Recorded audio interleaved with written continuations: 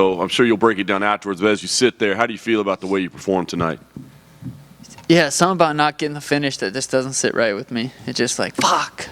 But I also haven't watched it. Obviously, once I watch it back, I think I'll be a little bit more excited. But I always want to get that finish. Yeah, saw you obviously the boot on the foot, a little bit of a limp as you walked out. I guess do you know what the status is of it right now and when the injury occurred? No, I think I've had a pretty major surgery on this foot before, so I think it tends to flare up after you kick someone in the head a few times. So I don't think it's anything serious. Hopefully not, but yeah, I think it's just gonna be a little swollen for a few weeks, and we'll be back to work. Like I said, great performance. I mean, was there anything that surprised you? I know you knew how durable he was and all those things, but I mean, was there anything at all that surprised you that happened in there? No, not at all. I mean, I knew I was better than this guy for 3.5 years. I knew the first fight was a fluke, and I proved that. So it felt good. At the end of the fight, you kind of sat down against the cage. I was curious if that was physical because of the foot, or if there was something emotional, just exhaustion after 25 minutes. What was going on there? Fuck, just hit me with a nice body shot. Tim told me, like, don't sit. You don't need you're winning the fight. You don't need to sit there.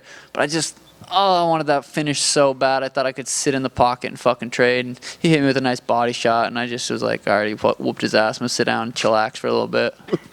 Fair enough. Last thing for me, I mean, you said it in the cage. You'd like to see Ilir Topuria. He's a scary guy. It'd be fun. But you said, hey, Merab, if that's the fight everybody wants, we'll do that one too. So how do you make that decision? How do you allow that choice to be made? It's nice having options. It's hard to make a decision right after the fight. We'll see, how it plays out. Talk to the UFC, talk to Hunter, Dana, and, we'll see what happens. Sean, obviously you always took that first loss to Chito kind of like in good nature and always said you're undefeated and stuff, but was there something on your mind about, like, I want to prove to everyone that I am actually just way better than this guy? A little bit. I mean, I literally, truly always knew I was better than him. It never bothered me once that fight played out like that. I mean, look where I was at, considering I played out like that, beat Thomas Almeida in one of the most, beautiful performances I ever had. So, that fight never bothered me. I try not to care what people think, and I knew I was better than him, and it took a little 3.5 years to go and prove that, and I did.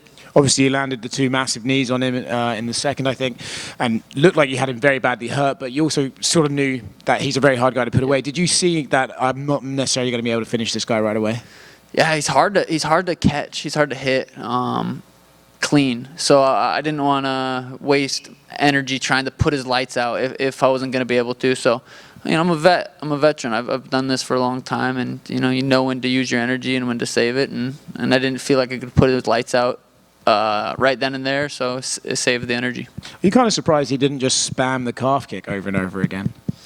Not really. I think it's like leg kicks are dangerous, but they're also not just easy to fucking throw. You can't just throw them and just know you're gonna land them every time. They're if you get checked, it hurts. If you throw it and step in with the right hand, you're off balance. So it's not as easy as just throwing a leg kick and you're going to land it. Sean, right here. At Media Day, you said, we'll never be buds and this and that, but did you talk to Chito at all? I know I saw you guys like bump fists, but was there anything else said between you guys? No, nothing was said, just a little handshake. I think he told Tim we'll never be friends or something like that. But, it is what it is. I mean, I'd be jealous and hate me too. And what did you make of the crowd and the scenes? That press conference Dana White said is one of the loudest he's ever seen. They were chanting, they were dueling USA and Ecuador chants during your fight. Yeah, it's incredible. It's so weird to be me right now. Like just being able to stand there and listen to that and perform for the people. If it wasn't for the fans, if it wasn't for the media to cover this sport, I wouldn't be in this position. So it's a really, really cool. And I'm really grateful for you guys and the fans that watch. One more thing, throw at you. This is one of the largest, if not the largest, non-McGregor gates for a UFC pay-per-view. So, what do you make of like another thing like that on your belt? Yeah, I think I'm creeping up there. I'm getting up there. At the end of the day, UFC doesn't need anyone. They're gonna find stars. They're gonna make put on crazy fights regardless. But I think I'm working my way up to one of the biggest names in the sport. One of your teammates, Kyler Phillips, he got a big win too, and we asked him, like, would it be an issue? Would it be like Merab and Aljo, like, would you guys not fight? And he says, we'll fight, we'll make money. Mario Bautista you threw in there too. So do you have to have that conversation with your teammates, or is it just like, we'll have to fight someday? I don't know. We'll go with the flow if it happens. I feel like I could move up to 45. I feel like I'm gonna get to a point to where I don't even need the belt. I'm bigger than the belt. I have the belt. I'm gonna fight. I'll be main event at fucking 140, at 142 and a half, just for fucking fun. I'm getting to that point. So, the belt's cool, but once you get to a certain point, you can main event and just kind of fight. Look, Conor was 45-pound champ fighting at 170, fighting Nate. Like I want to get there. And last one for me, we saw the video clip of kind of Merab walking up to you when you were leaving. Did you guys say anything? I don't know, like if I got hit in the head too. I was like, what the fuck? Who is this random guy talking to me? I was like, who the fuck? And then I realized it was Merab, and then it was his buddy was yelling or something. But yeah, I mean that fight very well could happen next. Sean over here. I know you said you probably won't be buds with Chito, but when you look at the fighter version of Chito, what do you think he should do next with his career? Chito versus Henry could be an interesting fight. Chito versus Peter could be an interesting fight. Cheeto versus Aljo would have been an interesting fight. He's somewhat of a star, so he's got some good options too. But he'll probably need some good amount of time off as well. I think I broke his face. Kind of like they just mentioned there with the energy in Miami this whole week. How did it feel not being, the 100% unanimous fan favorite going into this fight week? I know other than that Jan fight week, you were kind of a fan favorite everywhere you went. I show up and perform wherever we're at. I could, fly to Spain and fight Ilya. That doesn't bother me. It's cool, having the fans there for me specifically, but it's just cool being a part of it. So that didn't bother me. Sean over here.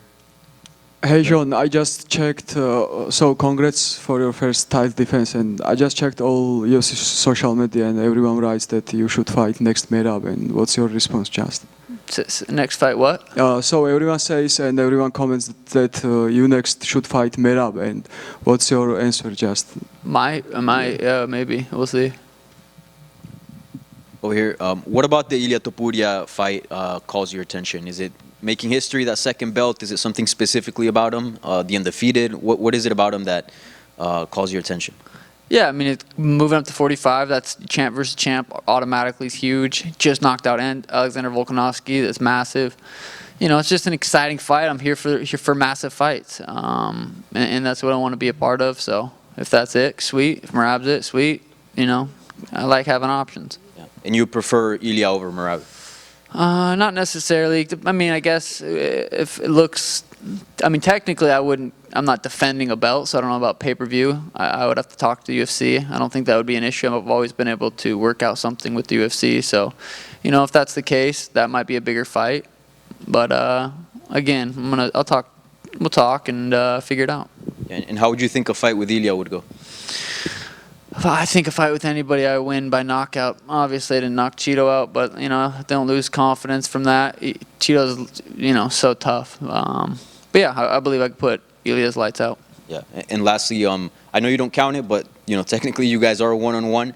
Do you see a trilogy happening in the future, or do you feel like you're done with Chito for the rest of your career?